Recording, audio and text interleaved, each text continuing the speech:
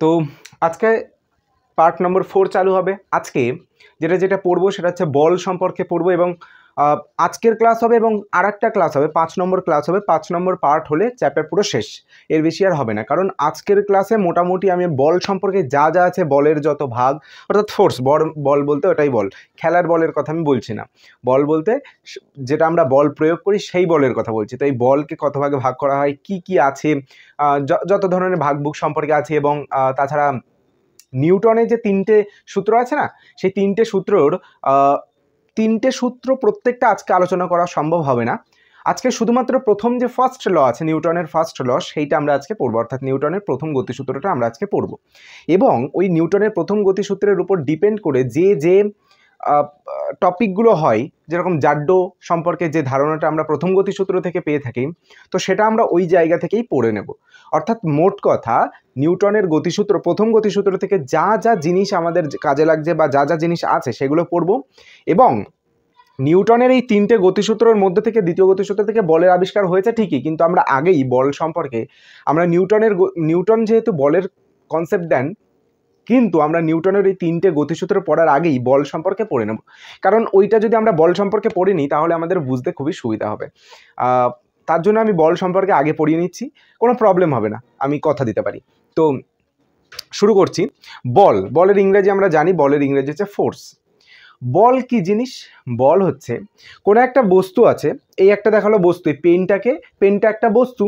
এই বস্তুর ওপরে বাইরে থেকে যা প্রয়োগ করার ফলে বা প্রযুক্ত করার ফলে, বাইরে এই বস্তুটা এইভাবে আছে, এর বাইরে থেকে, ভেতর থেকে না, কিন্তু পেনটার ভেতর থেকে না, বাইরে থেকে, ধরো বাইরে এইটা তো বাইরে পৃষ্ঠ না, এই বাইরে থেকে যা প্রয়োগ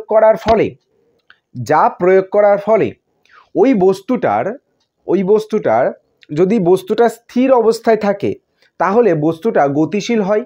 বা যদি বস্তুটা পার্টিকুলার ওই যে বস্তুটাকে বাইরে থেকে যা প্রয়োগ করা হচ্ছে ওই বস্তুটা যদি গতিশীল হয় তাহলে বাইরে থেকে ওই যে জিনিসটা প্রয়োগ করছি তার জন্য ওই গতিশীল বস্তুটার গতি আরও বাড়ে, অথবা গতি একটু স্লো হয় অর্থাৎ কমে, বা পুরোপুরি থেমেই যায়। এই সমস্ত ঘটনা যে কারণের জন্য হচ্ছে, অর্থাৎ বাইরে থেকে যে প্রযুক্ত করা হচ্ছে যে জিনিসটা, ওই জিনিসটাকেই বল বলা হয়। স্ক্রিনের সংজ্ঞাটা উঠছে, দেখো। বাইরে থেকে যা প্রয়োগ বা প্রযুক্ত করার ফলে কোনো স্থির বস্তু গতিশীল হয়, বা গতিশীল বস্তুর তার গতি বাড়ে বা কমে। বাইরে থেকে যা প্রয়োগ করার জন্য এটা হচ্ছে তাকেই বল বলে বা ফোর্স বলে। বল বা ফোর্স এর একক সম্পর্কে আমাদের জানতে হবে। যেহেতু আমরা বল সম্পর্কে পড়ছি তাই বল সম্পর্কে এইখানটা হেডিং রাখছি। তো এর এসআই একক কি? বলের এসআই একক হচ্ছে নিউটন। যেহেতু এটা নিউটন আবিষ্কার করেছেন, বিজ্ঞানী আইজ্যাক নিউটন আবিষ্কার করেছেন, বলের কনসেপ্টটা দিয়েছেন, তাই তার নাম অনুযায়ী এসআই এককটা তৈরি। বলের সিজিএস একক কি?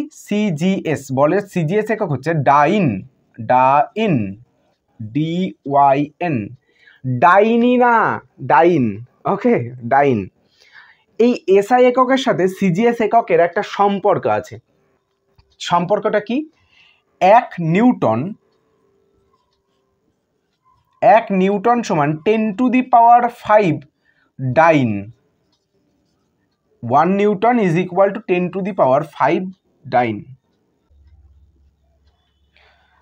1 newton is equal to 10⁵ dyne. আমরা জানি 10⁵ কোনো কিছুর মাথায় 5 থাকা মানে এই যে জিনিসটার মাথায় 5 আছে, 2 আছে, 4 আছে, যাই থাকুক না কেন, যত থাকে যে সংখ্যাটা থাকবে ততবার গুণ করতে হয়। মানে কি?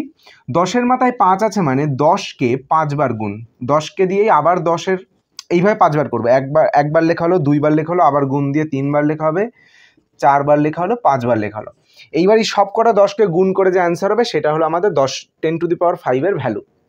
আরেকটা এক্সাম্পল নিই, ধরো 5⁵ আছে, তাহলে এই নিচে যে, আচ্ছা 5⁵ নেই, এখানটা 6�6 করি, তাহলে বুঝতে সুবিধা হবে, সংখ্যা নয় তো গোলমাল হয়ে যেতে পারে। 6⁵ আছে, তাহলে 6⁵ মানে 6কে 5 বার গুণ করব, অর্থাৎ 6 × 6 × 6 × 6 × 6। যদি 2 এর মাথায় 3 থাকে, 2 এর মাথায় 3 অর্থাৎ 2 টু দি পাওয়ার 3, তাহলে এটা থেকে কী বোঝাচ্ছে 2 3 বার গুণ, 2 গুণ 2 গুণ 2, এবার গুণ করে যা ভ্যালু হবে সেটা অ্যান্সার। আর এই 10-এর যেটা আছে 10-এর যে 5খানা 10কে গুণ করলে আমরা জানি যে 0 থাকলে কি করতে হয়, প্রত্যেকটার ক্ষেত্রে তো 1 আছে, প্রত্যেকটার ক্ষেত্রে 1 আছে, তার জন্য একটাই 1 বসলো, আর যে কটা 0 আছে সেই কটা 0 আমাদের পেছনে বসে যাবে, অর্থাৎ 5টা 0 আছে তাই 5টা 0 এখানে বসে যাবে, অর্থাৎ 1 লাখ, 1 লাখ হলো 10 টু দি পাওয়ার 5 এর ভ্যালু। ঠিক আছে, তার মানে আমরা এখান থেকে বুঝলাম যে 1 নিউটন সমান 1 লক্ষ ডাইন হয়, 1 নিউটন সমান 1 লক্ষ ডাইন হয়। ক্লিয়ার হলো? মানে এটা কেন আমরা 1 নিউটন সমান 1 লক্ষ ডাইন, এটা কী জিনিস, এটা কী জিনিস, এটা আমার কোন কাজে লাগবে? কাজে লাগবে কোনো একটা যদি আমরা অঙ্ক করি সেখানে অনেক সময় এসআইতে ভ্যালু বলে দিতে পারে, সেটা আমাদের ডাইনে কনভার্ট করে লিখতে হতে পারে, বা ডাইনে ভ্যালু বলে দিতে পারে, সেটাকে আমাদের এসআইতে কনভার্ট করে লিখতে হতে পারে। এছাড়াও এটা যদি বলি আমি তো বুঝতে পারলাম না যে আমি 1 নিউটন সমান সমান 10 to the power 10 to the পাওয়ার 5 ডাইন হলো, এইভাবে তো মানে ঠিক আমি বুঝতে পারছি না। আরও ক্লিয়ারিটির জন্য আমি একটু সহজে এক্সাম্পল দিয়ে আমরা প্র্যাকটিক্যাল লাইফে যেটা করি সেটা হচ্ছে, আমরা দোকানে গিয়ে 100 গ্রাম ডাল নিই, 100 গ্রাম ডাল, দেখো এখানে গ্রাম জিনিসটা লেখা হয়েছে, গ্রামের সাথে যদি আমরা কেজি অর্থাৎ কিলোগ্রামের সম্পর্ক করতে চাই, তাহলে 100 গ্রাম সমান কত কেজি হয়, 100 গ্রাম সমান কত কেজি হয়, তার জন্য আমাদের তখন ওই কিলো হেক্টর ডেকাগ্রাম, যে কিলো হেক্টো ডেকাগ্রাম, এই যে সিকোয়েন্সটা এইটা থেকে আমাদের জানতে হয়। তো আমাদের ধরো এই 100 গ্রাম আছে, অর্থাৎ এই যে গ্রামে আছে 100টা, এখান থেকে আমরা কিলোগ্রাম বের করব, তাহলে এই পেছন দিকে ফেরত যাচ্ছে, তার মানে ভাগ করব, কতর সাথে ভাগ করব, 1-এর পরে 1 2 3 তিনটে জিরোর সাথে, অর্থাৎ 100 বাই 1000, 1 2 3, হ্যাঁ 0 কেজি, অর্থাৎ 0 0 কাটলাম, 0 0 কাটলাম, 1/10 হলো, 1/10 কেজি, বা আমরা যদি পয়েন্টটা ফিরিয়ে নিয়ে চলে যাই তাহলে 0.1 কেজি হয়, 0.1 কেজি হয়। অর্থাৎ আমরা প্র্যাকটিক্যাল লাইফে যেরকম কেজিকে আমরা পর্যবেক্ষণ করছি, মানে কেজিকে পর্যবেক্ষণ বলছি, আমরা দোকানে গিয়ে গ্রাম কেজি এগুলোকে ইউজ করি, সেগুলো তো আমরা প্রতিনিয়ত ইউজ করি বলে আমরা বুঝতে পারি, কিন্তু এই নিউটন ফিউটনগুলো আমরা মূলত পড়াশোনার ক্ষেত্রে বেশি ইউজ করি, প্র্যাকটিক্যাল লাইফে আমাদের খুব একটা ইউজ হয় না। আমরা কিন্তু কখনো একটা দেখো বাক্স সরাতে চাইছি, তা সেই বাক্সটাকে যদি ঠেলি, সেই ঠেলা কতটা আমি বল দিয়ে ঠেলছি সেটা কি মাপি না তো, তার জন্য আমাদের এই ডাইন বা নিউটনটা সম্পর্কে অতটা জানা নেই, কিন্তু এর ইউজ কিন্তু আমাদের বইতে বা পড়াশুনো করতে গেলে কাজে লাগবে। আশা করা যায় বোঝা গেছে। নিউটনের যে দ্বিতীয় গতিসূত্র, সেই দ্বিতীয় গতিসূত্র থেকে আমরা একটা ইকুয়েশন পাবো, F = ma। তো বলের যে একটা এই যেটা লেখা হলো এখানে দেখো এফ লেখা হয়েছে, এফ মানেই তো বল, তার মানে এটাও কিন্তু আমাদের বলের সমীকরণ, অর্থাৎ নিউটনের দ্বিতীয় গতিসূত্র থেকে আমরা বলের সমীকরণটা পাই, আমরা বলের সংজ্ঞাটাই পাই মূলত। যদি প্রশ্ন করে যে নিউটনের কোন গতিসূত্র থেকে আমরা বলের ধারণা পাই, তাহলে বলতে হবে নিউটনের দ্বিতীয় গতিসূত্র। আমরা এখনো পড়াইনি, পরের দিন পড়বো, তো তখন এটা নিয়ে আলোচনা হবে। এখানে যেটুকু বলা হয়েছে সেটাতে F = ma, এটা নিয়ে বেশি এখন চাপ নিতে হবে না, পরে যদি আমার প্রয়োজন পড়ে আমি তখন বলে দেবো। শুধু লিখে রেখে দাও যে বলের সমীকরণ বা বলের ইকুয়েশন বা সমীকরণটা হলো F = ma। এরপরে বল সম্পর্কে যেটা জানতে হবে, কোনো একটা জিনিসের ওপর আমরা যদি বল প্রয়োগ করতে চাই, মানে এই পেনটার উপরে যদি আমি বল প্রয়োগ করতে চাই, তাহলে এই পেনটার উপরে আমরা স্পর্শ করে বল প্রয়োগ করব, অর্থাৎ টাচ করার আমার প্রয়োজন আছে। কিন্তু বল আমরা প্রয়োগ করতে পারি দুইভাবে, একটা স্পর্শ করে, অর্থাৎ স্পর্শ না ছাড়া, মানে এইভাবে টাচ করে আমরা বল প্রয়োগ করতে পারি, আর একভাবে বল প্রয়োগ করতে পারি, সেটা হচ্ছে স্পর্শ না করে। অর্থাৎ বল আমরা দুইভাবে প্রয়োগ করতে পারি, একটা স্পর্শ করে, একটা স্পর্শ না করে। যখন আমরা স্পর্শ করে বল প্রয়োগ করি তখন তাকে বলা হয় স্পর্শ বল, আর যে বলটা আমরা স্পর্শ না করে প্রয়োগ করি, কি বললাম, কোনো বস্তুর উপরে যদি আমরা স্পর্শ করে বল প্রয়োগ করি তখন তাকে স্পর্শ বল বলা হয়, স্পর্শ বল। আর যদি স্পর্শ না করে বল প্রয়োগ করি তখন বলে স্পর্শহীন বল। হীন মানে না, অর্থাৎ স্পর্শ নয় এমন যে বলটাই, অর্থাৎ স্পর্শহীন বল। এই স্পর্শহীন আমরা সাধারণত যদি প্র্যাকটিক্যাল লাইফে দেখি, প্রত্যেকটা জিনিসকেই আমরা যদি কোনো বস্তুর উপরে যদি আমরা বল প্রয়োগ করতে চাই, তাহলে সেখানে আমাদের স্পর্শ করার প্রয়োজন পড়ে। তুমি একটা বইকে ঠেলতে চাও, তাহলে তোমার বইটাকে টাচ করতে হবে, টাচ তো করতে হবে। এবার স্পর্শ মানেই যে আমরা সবসময় যে হাত পা দিয়েই টাচ করছি তা কিন্তু না, আমরা কিন্তু বাতাস দিয়েও স্পর্শ করে দিতে পারি। মানে দেখো কোনো একটা কাগজ আছে, কাগজটাকে ফু দিচ্ছি, তাহলে ফু দিয়ে কাগজটা উড়ে যাচ্ছে, সেখানে কিন্তু আমরা ওই বাতাসটা, এখানে তো অনুভব আছে না, কিন্তু এমনও জিনিস আছে যেখানে কোনো স্পর্শই হবে না, স্পর্শই হবে না। সেই বলটা কি?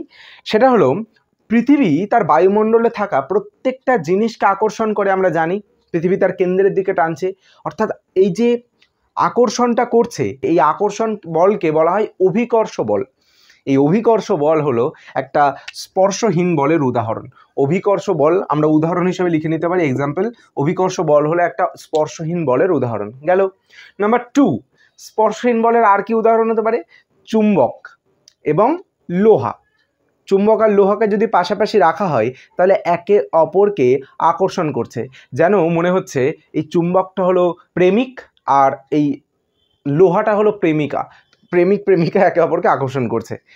ওকে, তো যে সমস্ত বস্তু এই যে আকর্ষণ করছে, কার সাথে চুম্বক আকর্ষণ করে?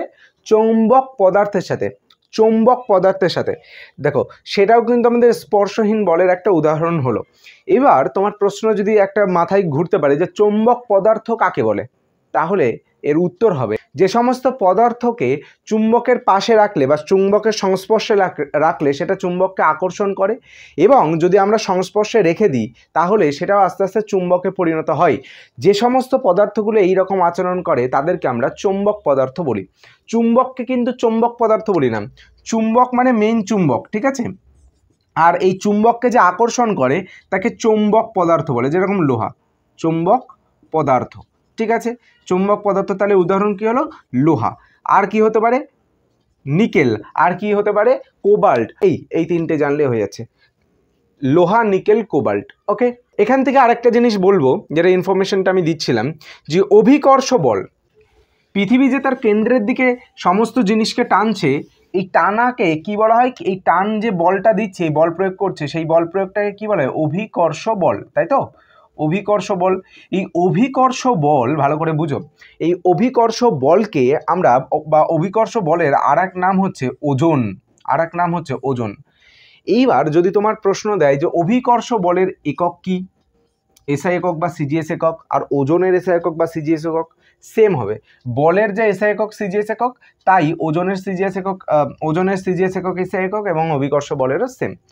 অর্থাৎ আমরা বলতে পারি বল সমান সমান, একটা জিনিস লক্ষ্য করো, বল শুধু বল, এখানে আছে অভিকর্ষ বল, অর্থাৎ অভিকর্ষটাও কিন্তু এক প্রকারের বল, এবং অভিকর্ষ বলেরই আর এক নাম ওজন, তার মানে এটাও কিন্তু বলের মতোই কাজ করছে। অর্থাৎ অভিকর্ষ বল, ওজন আর বল শুধু, এই সমস্তকে আমরা সবাই একে অপরের সমান, সবাই একে অপরের সমান, বলের সমান অভিকর্ষ বল এবং তারও সমান ওজন, অর্থাৎ প্রত্যেকটা সেম আমরা বলতে পারি, মানে প্রত্যেকটার একক টেকক সেম হবে। ওকে, একক সেম হবে। আরেকটা জিনিস এখানটায় যেটা জানার, এই ওজন সম্পর্কে একটু জানবো। ওজনটা তাহলে কি বুঝলাম? অভিকর্ষ বলটাই তো ওজন, অর্থাৎ পৃথিবী যে তার কেন্দ্রের দিকে যে টানছে, যে টানা বলটা, এই বলটাকেই ওজন বলা হয়, আমরা বলতে পারি। তাহলে ওজন আর ভর কিন্তু আলাদা জিনিস, ওজন আর ভর কিন্তু আলাদা জিনিস। দোকানে গিয়ে যেটা আমরা মাপি 1 কেজি 2 কেজি 4 কেজি 5 কেজি, সেটা ভর, কারণ মনে করে দেখো ভরের এককই কেজি বা গ্রাম, তাই না? তার মানে আমাদের ওখানে কিন্তু ওটা ভরের একক, আর দোকানে গিয়ে যেটা বলছি 5 কেজি 4 কেজি, তার মানে ওটা ভরের কথা বলছি। আর ওজনের কথা আসলে সেখানে নিউটন বলবে, একক কি বলবে? নিউটন, 5 নিউটন 10 নিউটন, বা ডাইন, 5 ডাইন 10 ডাইন বল প্রয়োগ করছে, 10⁵ ডাইন এরকম বল প্রয়োগ করছে, এইরকম বলা হবে। অর্থাৎ ডাইন আর নিউটন বললে আমরা ওজন বা অভিকর্ষ বল বা বল, শুধু বল, এইরকম কোনো একটাকে বুঝে নেব। কিন্তু যদি কেজি বলে তাহলে আমরা ভরকে বুঝবো। ওকে, ভরকে মাপা হয় কিসের সাহায্যে? স্প্রিং তুলা যন্ত্রের সাহায্যে। ভরকে মাপা হয় স্প্রিং তুলা যন্ত্রের সাহায্যে। যাই হোক, বলের এবার ভাগ সম্পর্কে আমাদের জানতে হবে। বলকে বেশ কয়েকটা আমরা বল সম্পর্কে পড়বো, যেরকম টানা বল। কোনো একটা দেখো এই পেনটা আছে, প্রথমে একটা বলের সম্পর্কে আমি বলেই দিচ্ছি, সেটা হচ্ছে কি? টানা বল। যত বলের ভাগ হয়, বলকে আমরা যত ভাগেই ভাগ করতে পারি না কেন, সমস্ত বলকে স্পর্শ করে বল প্রয়োগ করতে হবে তার উপরে, বা স্পর্শ না করে বল প্রয়োগ করতে হবে। স্পর্শ না করে বা করে, এই দুটোর ছাড়া তো আর কিছু হবে না। তার মানে আর যত যা ভাগই পড়বো সেই ভাগ দুটো কিন্তু বা ভাগগুলো কিন্তু এই দুটো যেটা লিখেছিলাম স্পর্শ বল আর স্পর্শহীন বল এর মধ্যেই পড়বে। অর্থাৎ একবারে যদি সহজে বলি সেগুলো বলের ভাগ। ওকে, টানা বল বা টান বল বা টেনশন ফোর্স। কোনো একটা বস্তু আছে, সেই বস্তুটাকে যদি আমরা টানি, সেই বস্তুটাকে টানার জন্য যে বল প্রয়োগ করতে হচ্ছে তাকেই টানা বল বা টান বল বলা হয়, বা টেনশন ফোর্স, এটাকেই টেনশন ফোর্স বলা হয়। ওকে, 2 নম্বর যেটা জানতে হবে সেটা হচ্ছে ধাক্কা বল। ধাক্কা বল, তো ধাক্কা বলটা কি? মানে কোনো একটা বস্তু আছে, তার উপরে বাইরে থেকে তার দিকে, ওই বস্তুটার দিকে আমরা যদি বল প্রয়োগ করি, অর্থাৎ ধাক্কা দেওয়া হয়, তার ফলে যে বলটা সৃষ্টি হচ্ছে, মানে ওইটাকে সরানোর জন্য যা বলটা প্রয়োগ করা হচ্ছে তাকে ধাক্কা বল বলা হয়। ওকে, এরপরে আমরা 3 নম্বর, আমি কিন্তু অত ডিটেললি বলছি না, ঠিক আছে, অল্প অল্প করে বলেছি যাতে কনসেপ্টটা জাস্ট ক্লিয়ার হয়ে যায়। এরপরে তুমি যদি এই কনসেপ্টটাকেই একবার জাস্ট বইটা রিডিং পড়বে, ধাক্কা বল কোথায় আছে, টান বল কোথায় আছে, এই যে বলগুলো সম্পর্কে যেখানটা আছে শুধু একবার রিডিং পড়বে, দেখবে মাথার মধ্যে বসে গেছে। ওকে, এরপরে যেটা জানবো সেটা হচ্ছে 3 নম্বর, সেটা হচ্ছে আকর্ষণ বা বিকর্ষণ বল। আকর্ষণ বা বিকর্ষণ বল। আকর্ষণ বা বিকর্ষণ বলটা কি? আকর্ষণ বা বিকর্ষণ বল হচ্ছে কোনো একটা, ওই যে চুম্বক আর একটা, মানে চুম্বক আর লোহা যে একে অপরকে আকর্ষণ করছে, একে অপরের কাছে চলে আসছে, এই কাছে চলে আসার ঘটনাকেই তো আকর্ষণ বল বলে। একটা নিজেদের মধ্যে একটা টান থাকবে, এই টানটাকেই বলা হচ্ছে আকর্ষণ বল। পৃথিবী তার কেন্দ্রের দিকে সমস্ত জিনিসকে টানছে, এই যে টানটা, সেই টানটাকেই তো আকর্ষণ বল বলা হয়। তুমি দেখালো কথার কথা, অনেক দিন ধরে বাড়ি থেকে কোথাও গেছো, তো তোমার বাড়ির যে বাবা মা বা ভাই বোন তাদের উপরে যে একটা টান থাকবে যে বাড়ি গিয়ে তাদের সাথে দেখা করব, সেইটা হলো আমাদের একটা আকর্ষণ বল, আমরা মানে বলতে পারি। এটা কিন্তু মোটেও সায়েন্সের ভাষায় না। এই যে টানটা, এই টানগুলোকেই বলা হচ্ছে আকর্ষণ বল, ঠিক আছে। তার মানে আকর্ষণ করছে, আমরা প্রতিনিয়ত প্রচুরবার বলি যে আকর্ষণ করছে। আকর্ষণ মানে এই যে আকর্ষণ করা, এইটাকেই যে টান থাকবে সেটাই তো আকর্ষণ। আর বিকর্ষণ মানে তোমার দেখালো কারোর সাথে গন্ডগোল হয়ে গেছে আর তুমি তার কাছেই যেতে চাও না, এটা হলো বিকর্ষণ বল। অর্থাৎ যখন দুটো বস্তু একে অপরের থেকে দূরে সরে যেতে চায়, কাছে আসতে চায় না, তাদেরকে কাছে নিয়ে গেলেও তারা কাছে কখনো জোরে না, তারা সবসময় ছিটকে দিতে চায় দুদিকে, সেটা হচ্ছে বিকর্ষণ বল। চুম্বকের দুটো পোল হয়, মেরু, পোলের বাংলা হচ্ছে মেরু, তো মেরু হয় একটা সাউথ পোল, এস দিয়ে সাউথ পোল মানে দক্ষিণ মেরু, আর এন দিয়ে নর্থ পোল অর্থাৎ উত্তর মেরু, ঠিক আছে। আর একটা চুম্বককে যদি নেওয়া হয় এরকম নর্থ পোল আর একটা সাউথ পোল, এই নর্থ পোলকে যদি পাশাপাশি রাখা হয় তাহলে একে অপরকে এরা বিকর্ষণ করে, এবং সাউথ পোলকে যদি এই দুটোকে পাশাপাশি রাখা হয়, দেখো এই সাউথ পোল, তাহলে আবার এই সাউথ পোল বিকর্ষণ করে। অর্থাৎ সেম জাতের সাথে সেম বিকর্ষণ হচ্ছে, সেম মেরুর সাথে সেম বিকর্ষণ হচ্ছে। ওকে, তাছাড়া আমাদের দেখবে পজিটিভ নেগেটিভ বলে আমাদের আসবে, পজিটিভের সাথে পজিটিভ হচ্ছে বিকর্ষণ করে, আবার নেগেটিভের সাথে নেগেটিভ বিকর্ষণ করে, পজিটিভের সাথে পজিটিভ বিকর্ষণ করছে, কিন্তু পজিটিভের সাথে নেগেটিভ এরা একে অপরকে আকর্ষণ করে। তার মানে এটা আমাদের পজিটিভ আকর্ষণ ও বিকর্ষণ বলের উদাহরণ যেটা এখানটায় আছে সেটা এর মধ্যে পড়ছে। ওকে, এবার যেটা জানতে হবে সেটা হচ্ছে ঘর্ষণ বল। ঘর্ষণ বল কি? ঘর্ষণ মানে যেখানে ঘষার সৃষ্টি হবে, এরকম ঘষার সৃষ্টি হবে। ধরো এরকম একটা তল আছে, সেই তলটা আমরা যদি অনুবীক্ষণিক যন্ত্র মানে ভালো করেও যদি দেখি তাহলে দেখতে পাবো সেই তলটা, ধরো এই নিচের তলটা এরকম কিছু উঁচু নিচু একটু অংশ থাকবেই, ঠিক আছে, উঁচু নিচু একটা অংশ থাকবেই। এবং ধরো এই একটা তল তো এটা উঁচু নিচু অংশ, এবার আর একটা তল যদি আমরা নিই, সেই তলটাও যদি আমরা অনুবীক্ষণিক যন্ত্র দিয়ে দেখি তাহলে দেখতে পাবো সেখানেও কিছু উঁচু নিচু অংশ আছে। এবার দুটো যখন এবড়ো খেবড়ো অংশ, যতই আমরা সমতল দেখি না কেন সেটা আনুবীক্ষণিকভাবে দেখলে সেটা এবড়ো খেবড়ো আছে, তাহলে দুটো অংশ যখন একে অপরের সাথে এইভাবে চেপে থাকছে এবং এই দুটো তল যখন একসাথে জুড়ে আছে তখন এরা যখন চলার চেষ্টা করছে বা চলতে চাইছে, তখন এদের একটা বাধা সৃষ্টি হচ্ছে, এদের উপর একটা বাধা সৃষ্টি হচ্ছে, একে অপর সরে যেতে একটা বাধা সৃষ্টি হচ্ছে। এই বাধাকেই ঘর্ষণ বল বলা হয়। যে বাধার সৃষ্টি হচ্ছে এই বাধাকে ঘর্ষণ বল বলা হয়। অর্থাৎ দুটো তল যখন একে অপরের সাথে সংস্পর্শে থাকবে এবং চলতে চাইবে, তখন তার উপরে যে বাধার সৃষ্টি হবে তাকে ঘর্ষণ বল বলা হয়। আশা করা যায় বোঝা গেছে। তারপরে যেটা জানতে হবে সেটা হচ্ছে লম্ব প্রতিক্রিয়া বল। দেখা গেলো একটা টেবিল আছে, এটা টেবিল, ঠিক আছে। এই টেবিলের উপরে একটা বই রাখা আছে, একটা বই রাখা আছে। এই বইটার ওজন ডাব্লু ওজনের একটা দেখালো বস্তু রাখা আছে, হ্যাঁ, ডাব্লু ওজনের এই বইটা রাখা আছে। তো ডাব্লু ওজনের বললাম কেন, কারণ এটা ডাব্লু বল দিয়ে পৃথিবী তার কেন্দ্রের দিকে টানছে, পৃথিবী তার নিচের কেন্দ্রের দিকে। টেবিল রাখা আছে মানে পৃথিবী তার নিচের দিকে টানছে, পৃথিবী তার নিচের দিকে, এটা টেবিলের উপরের তল, তার মানে ডাব্লু বল দিয়ে নিচের দিকে টানছে। এবং এই টেবিল একটা বিপরীতমুখী বল প্রয়োগ করে, যেটা নিউটনের থার্ড ল থেকে আমরা জানতে পারবো, ঠিক আছে। সেটা এখনো শেখানো হয়নি, তার জন্য অতটা ডিটেইলি বলছিলাম। শুধু এটা মাথায় রাখো যে এরকম যদি একটা বল প্রয়োগ করা হয়, তাহলে যার উপরে বল প্রয়োগ করা হচ্ছে, ধরো আমি বোর্ডের উপরে এইভাবে ঠেলছি, তার মানে বোর্ডও আমাকে, আমি যতটা বল প্রয়োগ করে ঠেলছি, বোর্ডও আমাকে ততটাই বল প্রয়োগ করে ঠেলছে। তার মানে উল্টো দিকে একটা প্রতিক্রিয়া বল সৃষ্টি হচ্ছে। তো এটাকেই লম্ব প্রতিক্রিয়া বল বলা হয়, এটাকেই লম্ব প্রতিক্রিয়া বল বলা হয়। আশা করা যায় ক্লিয়ার। এরপরে নিউক্লিয় বল কি? নিউক্লিয় বল হচ্ছে, এটা যদি একটা নিউক্লিয়াস হয়, মানে নিউক্লিয়াস মানে কি, পরমাণু। আমরা এই চ্যাপ্টার নেই, অন্য চ্যাপ্টারে রয়েছে। তো পরমাণু যদি সম্পর্কে জানা থাকে, আশা করা যায় জানা আছে। তো পরমাণু বলে একটা জিনিস আছে, যার মধ্যে মাঝখানে, এই মাঝখানটাকে বলা হচ্ছে নিউক্লিয়াস। এই যেটা মাঝখানে, এই মাঝখানটাকে বলা হচ্ছে নিউক্লিয়াস। মাঝখানের মধ্যে কি কি থাকে জানো? প্রোটন থাকে আর নিউট্রন থাকে। প্রোটন বা নিউট্রনের একটা বিশাল একটা বল আছে, যে এই প্রোটন কণা ও নিউট্রন কণার মধ্যে যে শক্তিশালী বল থাকে সেটাকেই বলা হচ্ছে নিউক্লিয় বল, সেটাকেই বলা হচ্ছে নিউক্লিয় বল। তো বলের যে কটা ভাগভুগ সব কটা বলা হয়ে গেছে। এবার আমরা এরপরে যেটা জানবো সেটা হচ্ছে নিউটনের যে প্রথম গতিসূত্র সেটা সম্পর্কে জানবো।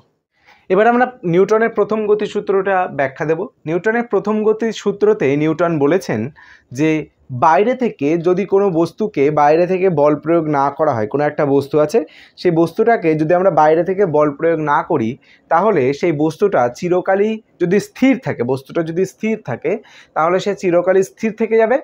আর যদি সচল থাকে অর্থাৎ গতিশীল থাকে, মানে এইভাবে চলছে, তাহলে বাইরে থেকে যদি বল প্রয়োগ না করা হয় তাহলে সে সরলরেখা বরাবর বা যেভাবে চলছে সেইভাবেই সেও সারা জীবন চলতে থাকবে, ও কখনো থামবে না। এটাই নিউটন তার প্রথম গতিসূত্রতে বলেছেন। দেখি কি লিখেছি। কোনো বস্তুর ওপর যদি বাইরে থেকে বল প্রয়োগ না করা হয় তাহলে স্থির বস্তু চিরকাল স্থির থাকবে এবং গতিশীল বস্তু একইভাবে চিরকাল গতিশীল থাকবে। একই কথা যেটা বোঝানো হলো, ওটাই হচ্ছে নিউটনের প্রথম গতিসূত্র।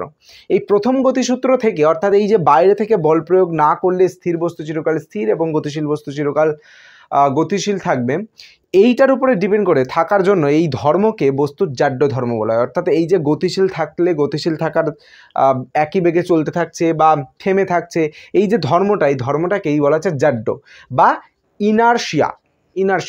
জাড্য বা ইনার্শিয়া, এই ইনার্শিয়াকে আমরা দুটো ভাগে ভাগ করতে পারি বা জাড্যকে আমরা দুটো ভাগে ভাগ করতে পারি।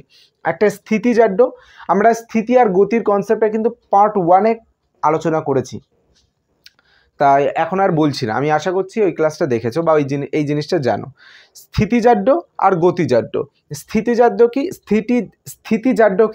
স্থিতিজাড্য হচ্ছে কোনো স্থির বস্তু, কোনো একটা স্থির বস্তু আছে, এই দেওয়া হলো পেনটা, স্থির বস্তু আছে, এ সারা জীবনই, মানে এ সবসময় চাইবে যে এ যেন স্থির থাকে, এবং এটাকে স্থিতিজাড্য বলা হয়। আর গতিজাড্য কি? কোনো একটা গতিশীল বস্তু আছে, সে চাইবে সে সবসময় যেন গতিশীলই থাকে। তো এইটাই হলো স্থিতিজাড্য গতিজাড্যের সংজ্ঞা। বলছে কোনো স্থির বস্তু চিরকাল স্থির অবস্থায় থাকার প্রবণতাকে বস্তুর স্থিতিজাড্য বলে, আর কোনো গতিশীল বস্তু চিরকাল গতিশীল অবস্থায় থাকার প্রবণতাকে গতিজাড্য বলে। ক্লিয়ার হলো?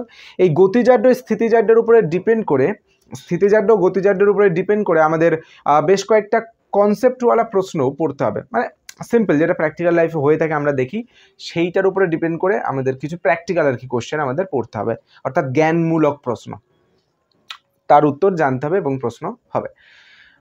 1 নম্বর প্রশ্ন কি হতে পারে?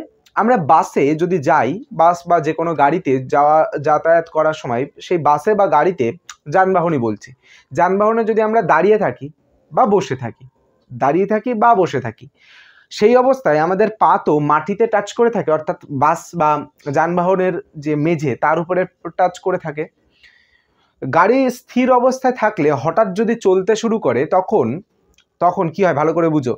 যখন গাড়ি যদি স্থির অবস্থায় থাকে এবং হঠাৎ করে যদি চলতে শুরু করে, তখন গাড়ি চলতে শুরু করার সাথে সাথে গাড়ির সংস্পর্শে থাকা পা, অর্থাৎ মানুষের পা গতিশীল হয়, কিন্তু বডির উপরের অংশ গতিশীল হয় না, স্থিরই থাকে।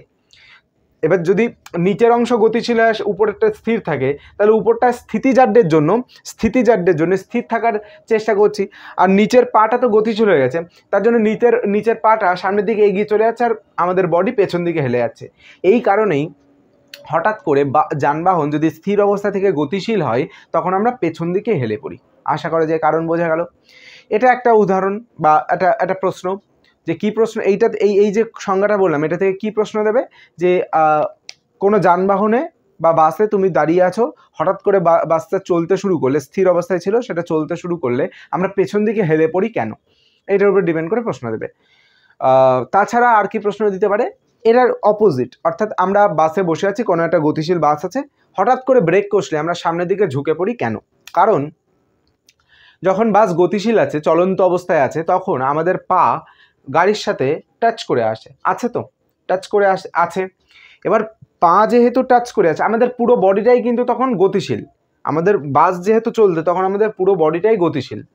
এবার ওই অবস্থায় যখন বাস হঠাৎ ব্রেক করছে, তখন আমাদের পায়ের, অর্থাৎ পার অংশটা, অর্থাৎ বডির নিচের অংশটা মেঝের সাথে টাচ করে থাকার জন্য ওই পায়ের অংশটা স্থির হয়ে যাচ্ছে, কিন্তু আমাদের বডির উপরের অংশ গতিশীল থাকতে চাইছে, গতিজাড্যের জন্য গতিশীল থাকতে চাইছে, তার জন্য হঠাৎ করে ব্রেক কষলে আমরা সামনের দিকে ঝুঁকে পড়ি। এবার যেহেতু উপরের অংশটা গতিশীল থাকতে চাইছে, তার জন্য আমরা ঝুঁকে পড়ছি, নিচের অংশটা স্থির হয়ে গেছে, সামনের দিকটা ঝুঁকে পড়ছি। এইটাই তো কারণ, না, আর কিছুই না। আর একটা প্রশ্ন আমরা এগোচ্ছি, আরেকটু প্রশ্ন কি হতে পারে, দেখালো একটা চাদর বা তোষক যেটা হেভি ধুলো হয়েছে, তো এবার আমরা ওর উপরে যদি লাঠি দিয়ে বাড়ি মারি, তাহলে তার থেকে ধুলো বেরিয়ে যায় কেন, প্রশ্নটা করতেই পারে, যে চাদর থেকে ধুলো ঝাড়লে, চাদরে বাড়ি দিলে লাঠি দিয়ে, তাহলে আঘাত করলে সেটা থেকে ধুলো বেরিয়ে যায় কেন। কারণ আমরা যখন লাঠি দিয়ে ওই চাদরটার উপরে আঘাত করি, সেই অবস্থায় চাদরটা গতিশীল হয়, স্থির ছিল তো, চাদরটা গতিশীল হচ্ছে, কিন্তু চাদরের মধ্যে বেঁধে থাকা বা আটকে থাকা ধুলোগুলো কিন্তু স্থির অবস্থায়, স্থিতিজাড্যের জন্য ওই স্থির অবস্থায় থাকতে চাইছে। ফলে দেখো চাদর, এটা আঘাত করলাম আর চাদরটা পেছন দিকে সরে গেল, ধুলোটা এইভাবে স্থিতিজাড্যের জন্য আটকে আছে, মানে ওখানটায় একই জায়গায় আটকে আছে, দাঁড়িয়ে আছে। ফলে চাদর যেহেতু পিছিয়ে গেছে, ধুলোটা এইভাবে বাতাসের মধ্যে ভেসে আছে, তখন ধুলোটা বেরিয়ে যাচ্ছে, ধুলোটা পড়ে যাচ্ছে, ঝরে যাচ্ছে, তার জন্য আঘাত করলে ধুলো বেরিয়ে আসে। নিউটনের প্রথম গতিসূত্র অনুযায়ী এই কটা জানলেই আমাদের হয়ে যাচ্ছে। আর তাছাড়া আর সামান্য কিছু ইনফরমেশান আছে, সেগুলো আমি জানাচ্ছি এক্ষুনি। প্রতিমিত বল আর কার্যকর বল, এই দুটো বল আমাদের খুবই ইউজ হবে, মানে আমাদের খুব কাজে লাগবে, এটা একটু প্র্যাকটিক্যাল লাইফেও হয়ে থাকে। মানে কি হয় আমি একটু বলি। প্রতিমিত বল আর কার্যকর বল, দেখো প্রতিমিত বল সম্পর্কে বলার আগে বা কার্যকর বল সম্পর্কে বলার আগে আর একটা জিনিস বলতে চাই, সেটা হচ্ছে বল কিন্তু একজনই প্রয়োগ করছে বা করবে তা কিন্তু না, হ্যাঁ, দেখা গেল কথার কথা ধরে নিচ্ছি যে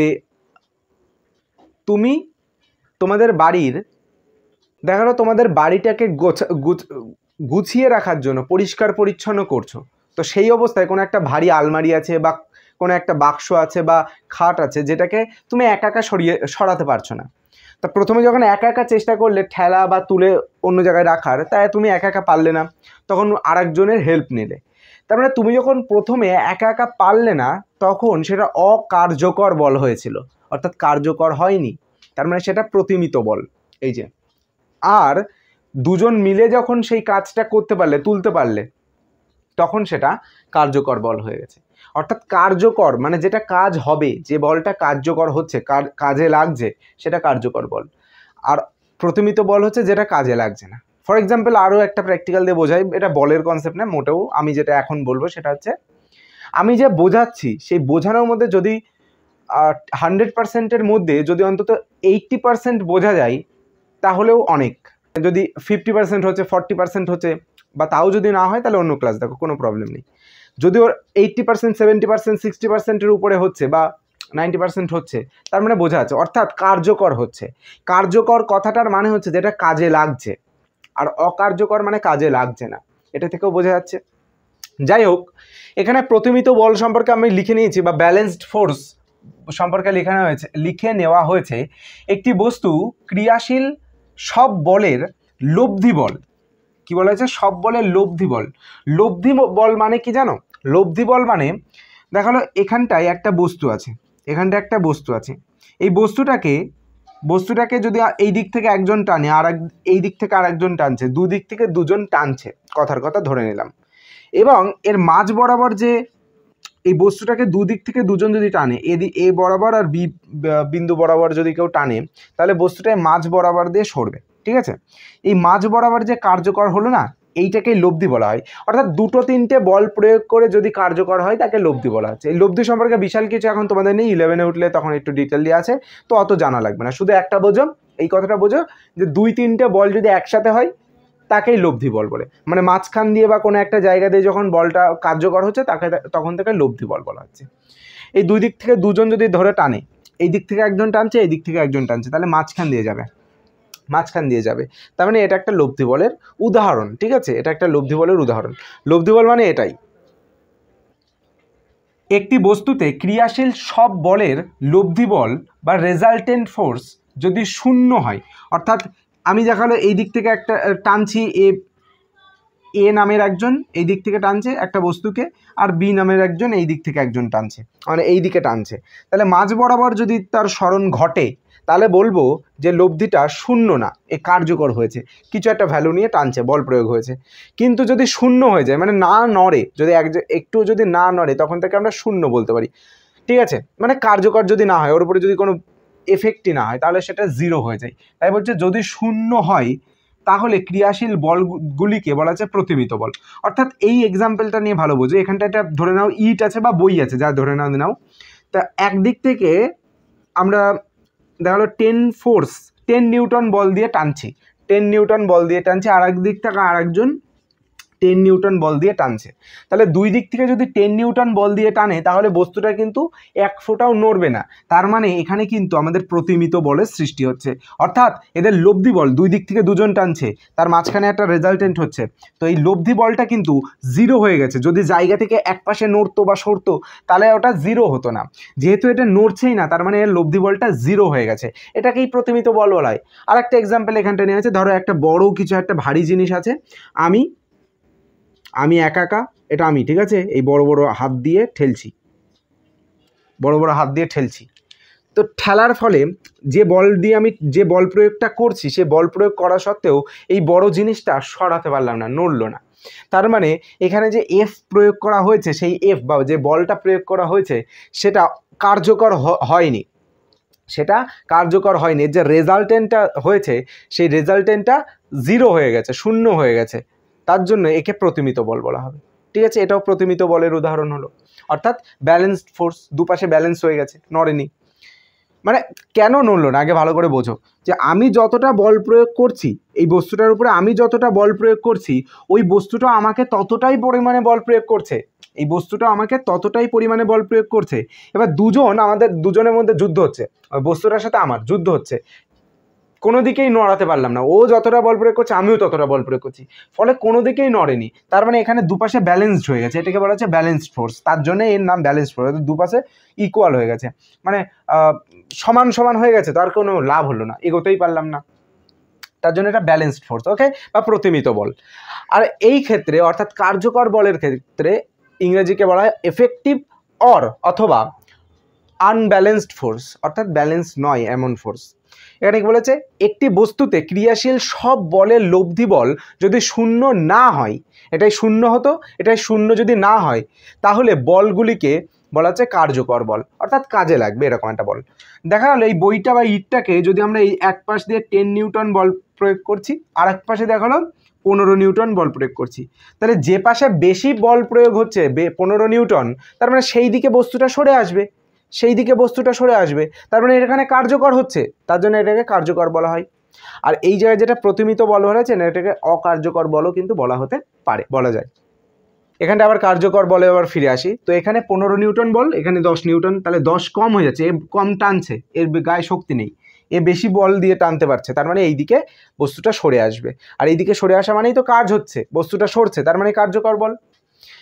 এই যে একটা বড় একটা পাহাড় মতন একটা কিছু দিয়ে দিয়েছি, আবারও আমি এসে গেছি, আবারও আমি এসছি, তো এই যে আমার হাত, এই হাত দিয়ে ঠেলছি, হাত দিয়ে ঠেলছি, তো দেখালো আমি যে পরিমাণ বল প্রয়োগ করছিলাম, আমি দেখালো কথার কথা 15 নিউটন বল প্রয়োগ করছি, তো ওই ওই ওই বস্তুটাও আমার দিকে 15 নিউটন, আমাকে 15 নিউটন বল প্রয়োগ করে ঠেলছে, ঠিক আছে। আমি কথার কথা ধরে নিলাম, তোমাকেই ডেকে নিলাম যে তুমি আমার সাথে এসো, এটাকে ঠেলো তো, তাহলে দুজন মিলে, আমি আর তুমি দেখালো দুজন মিলে এখন যে বলটা প্রয়োগ করছে, আমি তো 15 নিউটন বল প্রয়োগ করছি, তুমি দেখালো 10 নিউটন বল প্রয়োগ করছো, তুমি দেখালো 10 নিউটন বল প্রয়োগ করছো, তাহলে দুজন মিলে তখন 25 নিউটন বল প্রয়োগ করছি। আর ওই বস্তুটা কিন্তু আমাকে শুধু 15 নিউটন বলই প্রয়োগ করতে পারছিল, এখন কিন্তু ও কিন্তু আর 25 নিউটন আমাদের উপরে বল প্রয়োগ করতে পারছে না, তার জন্য ওই বস্তুটাকে আমরা ঠেলে সরিয়ে দিতে পারবো, আর সরিয়ে দিতে পারলেই এটা কার্যকর বলের একটা উদাহরণ বা কার্যকর বল হয়ে গেল। বোঝা গেল, কার্যকর বল আর প্রতিমিত বল সম্পর্কে আশা করা যায় বোঝা গেছে।